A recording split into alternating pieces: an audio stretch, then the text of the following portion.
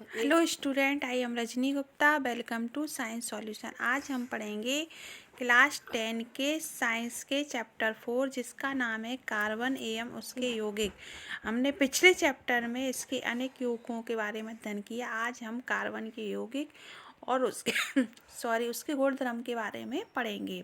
जो कार्बन जो होता है, कार्बन सभी भोजन, कपड़े, दवाओं, पुस्तकों आदि अनेक वस्तुओं में कार्बन पर ही आधारित होती हैं। इसके अतिरिक्त सभी सजीव संरचनाएं जो होती हैं कार्बन पर ही आधारित होती हैं। भूपटलीय वायुमंडल में अत्यंत कम मात्रा में कार्बन उपस्थित होती है। भूपटलीय में खनिज में जैसे कार्बोनेट, हाइड्रोजन कार्बोनेट, कोयला, पेट्रोलियम के रूप में केवल 0.02% कार्बन उपस्थित होती है। वायुमंडल में 0.03% कार्बन डाइऑक्साइड उपस्थित होती है।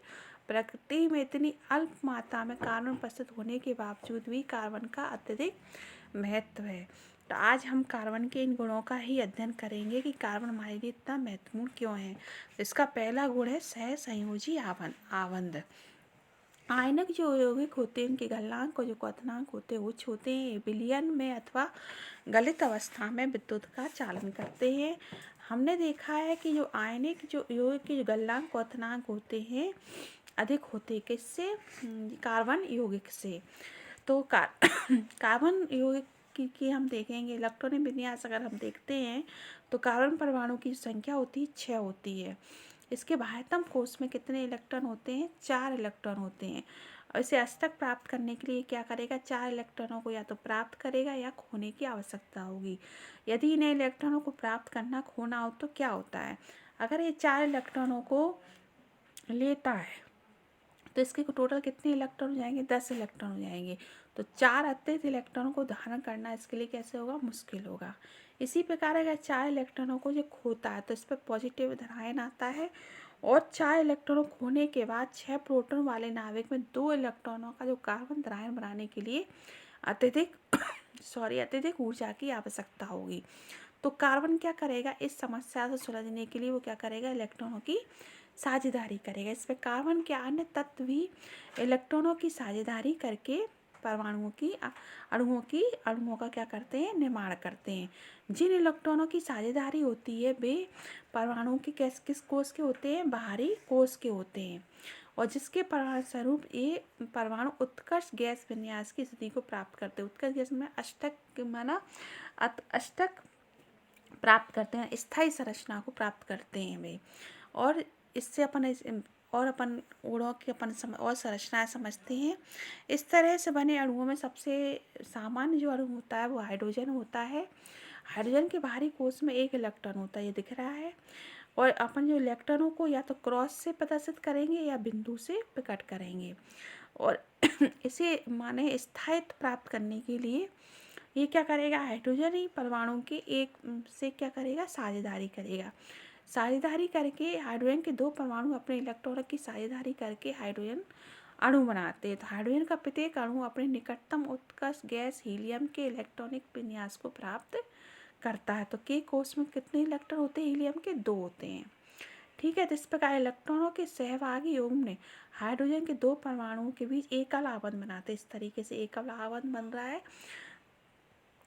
एकल तो सहसंयोजी बंध या क्या? एकल आबंध बना रहा है। इसी प्रकार हम क्लोरीन क्या देखेंगे? क्लोरीन की परमाणु संख्या 17 होती है। इसके बाह्यतम कोश में कितने इलेक्ट्रॉन होते हैं? 7 होते हैं। क्लोरीन जो अणु होता है Cl2 होता है। तो ये क्या करेगा? 1 इलेक्ट्रॉनों को लेगा। तो एक Cl के एक अणु से 1 इलेक्ट्रॉनों की साझेदारी करेगा। तो इलेक्ट्रॉन जो क्लोरीन के 2 परमाणुओं के बीच सहसंयोजी बंध एक आबंध बने क्लोरीन के बीच। इसकी अपन मैं संरचना आपको बताती हूँ क्लोरीन की किस तरीके से बनेगी। ये अपना क्लोरीन है तो एक इसका ये इलेक्ट्रॉन है, 7 होते हैं बाह्यतम कोश में, 7 हो गए। इसी पर दूसरा Cl है, इस तरीके से ये भी 7 है। तो ये क्या करेगा? इसके अष्टक प्राप्त करने के लिए 1 इलेक्ट्रॉन की आवश्यकता है। तो ये इससे साझेदारी करेगा और ये इसके 1 इलेक्ट्रॉन से। इस प्रकार इलेक्ट्रॉन ये साझेदारी, तो यहाँ क्या 2 इलेक्ट्रॉनों का क्या हुआ? सहभागी युग्म बना है ना। तो ये एकल बंध बना है। इस प्रकार Cl2 की संरचना हुई।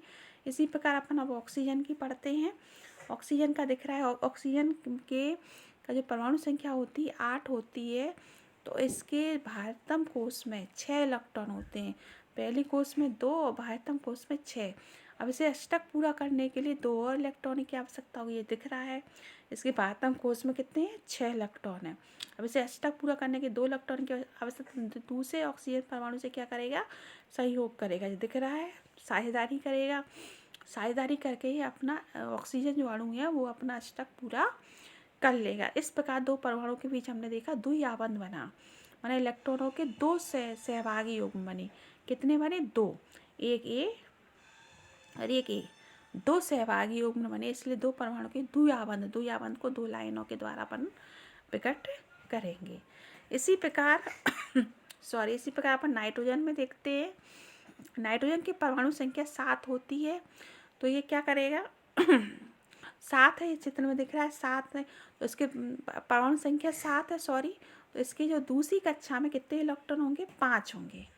पहली कक्षा में तो 2 है, तो पूरा हो गया इसका स्थायी विन्यास, लेकिन दूसरी कक्षा में कितने होते हैं? 8 होते हैं, पर दूसरी कक्षा में इसके कितने? 5 है। तो इसे अष्टक पूरा करने के लिए 3 और इलेक्ट्रॉनों की आवश्यकता होगी, तो ये 3 इलेक्ट्रॉनों की क्या करेगा? साझेदारी करेगा। इस प्रकार नाइट्रोजन परमाणु दूसरे नाइट्रोजन परमाणु से 3 इलेक्ट्रॉनों की साझेदारी करता है। इस प्रकार यहाँ इलेक्ट्रॉनों के 3 सहभागी होंगे, 1, 2 और 3 है, 3 सहभागी होंगे, तो यहाँ क्या बना? त्रिआबंध। तो नाइट्रोजन के 2 परमाणु के बीच क्या बना? त्रिआबंध बना। इसी प्रकार अमोनिया के अणु की संरचना NH3। अमोनिया की NH3 संरचना है, तो अभी अपन ने पढ़ा ही था। नाइट्रोजन के बाह्यतम कोश में कितने इलेक्ट्रॉन होते हैं? 5 होते हैं, है ना, पढ़ा ना? 5 होते, 3 से तो क्या जुड़े आएंगे? हाइड्रोजन जुड़े आएंगे, 1, 2 और 3 जी हाइड्रोजन, तो हाइड्रोजन का 1 इलेक्ट्रॉन। इस प्रकार जी अमोनिया की संरचना। अब अपन पढ़ते हैं मेथेन। कार्बन का ही यौगिक है मेथेन, जिसकी जो संरचना, कार्बन को अपन CH4 से प्रकट करते हैं, और कार्बन के बाह्यतम कोश में 4 इलेक्ट्रॉन होते हैं, तो इसे अष्टक पूरा करने के लिए 4 इलेक्ट्रॉनों की आवश्यकता होती है। तो ये क्या करेगा? 4, तो ये मेथेन अपन देखते हैं, तो 4 इलेक्ट्रॉन, ये इलेक्ट्रॉन कार्बन के इलेक्ट्रॉनों की साझेदारी हाइड्रोजन के 4 परमाणुओं के साथ करता है। इस प्रकार चित्र दिख रहा है अपन को क्लियर।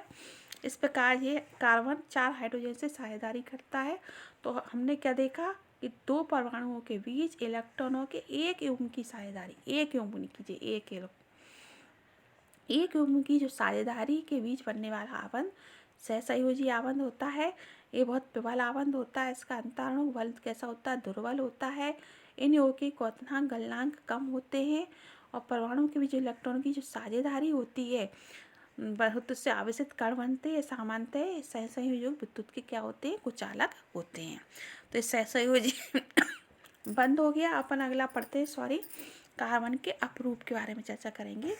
कार्बन के अपरूप, तो कार्बन के अपरूप क्या होते हैं? जब प्रकृति में कार्बन तत्व भौतिक गुणों के साथ साथ विविध रूपों में, विभिन्न प्रकार के रूपों में पाया जाता है, जैसे हीरा और ग्रेफाइट। हीरा ग्रेफाइट ये कार्बन के परमाणु से ही बने होते हैं, पर अंतर इतना है, हीरे में जो कार्बन होता है 4 अन्य कार्बन परमाणुओं से जुड़ा होता है, 4 अन्य परमाणुओं से, इस तरीके से, है ना। और जबकि ग्रेफाइट में क्या होता है? 3 परमाणुओं से जुड़ा होता है। तो ग्रेफाइट में क्या होता है? कार्बन की 4 संयोजकता होती है, इसमें 1 द्विआबंध होता है, जबकि ग्रेफाइट में, हीरे में द्विआबंध नहीं होता। तो इसकी जो संरचना होती है दृढ़ त्रिआयामी होती है, जबकि ग्रेफाइट की जो होती है संरचना षटकोणीय व्यू मिलता है, और इसमें एक जो आबंध होता है द्विआबंध होता है। किसमें होता है? ग्रेफाइट में होता है। ग्रेफाइट का जो पढ़ा है, ग्रेफाइट में कार्बन के प्रत्येक परमाणु का बंधन अन्य 3 अन्य परमाणु के साथ एक ही तल में होता है, षटकोणीय व्यू मिलता है। इनमें एक आबंध द्विआबंध होता है, जिसके कारण कार्बन की जो संयोजकता होती है पूर्ण होती है। ग्रेफाइट की संरचना में षटकोणीय तल एक दूसरे के ऊपर व्यवस्थित होते हैं। षटकोणीय तल मतलब परतें होती हैं ग्रेफाइट की। चित्र दिख रहा है हीरे का और ग्रेफाइट का। आप संरचना देखो, इसमें प्रत्येक कार्बन 4 अन्य कार्बन परमाणु से जुड़ा है। देखो ये बीच का सेंटर देखो, 4, इसमें देखो एक बीच का सेंटर देखो ये, और 3 से जुड़ा है ना। और इसमें एक जो 3 से जुड़ा है, इसलिए इस एक के बीच क्या होता है, द्विआवंत होता है। द्विआवंत क्या होता है, क्योंकि कार्बन की जो संयोजकता होती है 4 होती है। इसको एक बार और मैं समझा दूँ जी। इस तरीके से 3 कार्बन से, अब क्या है, कार्बन की अपनी 4 है तो संतुष्ट करने के लिए अपन द्विआवंत करें। इस प्रकार कार्बन की कैसे होता है, 4 हो जाएगी। इसी प्रकार अगला है C16 बकमिस्टर फ्लोरीन की संरचना। बकमिस्टर फ्लोरीन की संरचना C16 में। C16 का अर्थ क्या है, ये कार्बन के 60 कार्बन परमाणुओं से कार्बन तत्व से मिलकर बना है। और इसका जो नाम है इसको अपन आगे पढ़ते हैं। ये फ्लोरीन जो होता है कार्बन का ही अपरूप है। इसकी C16 की पहचान की गई। ये फुटबॉल के रूप में व्यवस्थित है। इसका नाम क्यों पड़ा है, अमेरिकी आर्किटेक्ट जो बकमिस्टर थे के द्वारा डिजाइन किया गया जियोडेसिक गुंबद के समान लगता है, इसलिए इस अणु को फ्लोरीन नाम दिया गया है। और जब ग्रेफाइट कैसा होता है, चिकना और फिसलन होता है। इसके विपरीत जो ग्रेफाइट क्या होता है, विद्युत का सुचालक होता है। जब शुद्ध कार्बन को उच्च ताप पर गर्म करते तो हीरे में बन जाता है। इस प्रकार ये पेपर में बहुत आता है, हीरे ग्रेफाइट की संरचना और हीरा ग्रेफाइट में अंतर। तो बच्चों ये आप अच्छी तरीके से याद कर लेना। आपको यहाँ तक कुछ भी समझ में नहीं आया उसे कमेंट सेक्शन में लिखना। मैं सभी के प्रश्नों के उत्तर देने की पूरी कोशिश करूँगी। अगर आपने मेरा चैनल सब्सक्राइब नहीं किया है तो बिल्कुल कीजिएगा, जिससे आने वाले वीडियो की नोटिफिकेशन समय पर मिलते रहे। लाइक करें, शेयर करें, घर पर रहें। धन्यवाद।